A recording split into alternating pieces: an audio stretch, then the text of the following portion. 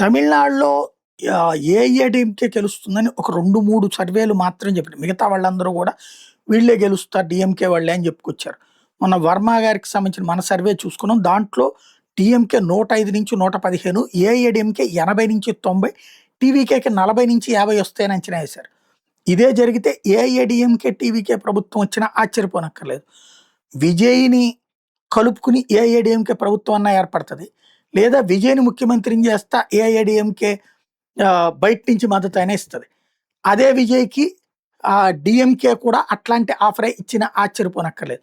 234 total సీట్లున్నటువంటి సందర్భంలో 118 magic ఫిగర్‌కి 115 దగ్గర గనక అయితే 105-115 గనక డీఎంకే గెలుచుకుంటే అవసరమైతే ఏఐఏడీఎంకే నుంచి చీల్చడానికి కూడా రెడీలో ఉన్నారు. ఇతరులు 0-3 గెలుచుకుంటారు కాబట్టి వాళ్ళతోనన్నా ముందుకెళ్ళడానికి డీఎంకే సిద్ధంగా ఉంది. ఒకవేళ విజయ్ గనక 40-50 తెచ్చుకుని ఏఐఏడీఎంకే 80-90 తెచ్చుకుంటే ఇద్దరూ కలిపి ప్రభుత్వం ఏర్పాటు చేసినా ఆశ్చర్యపోనక్కర్లేదు.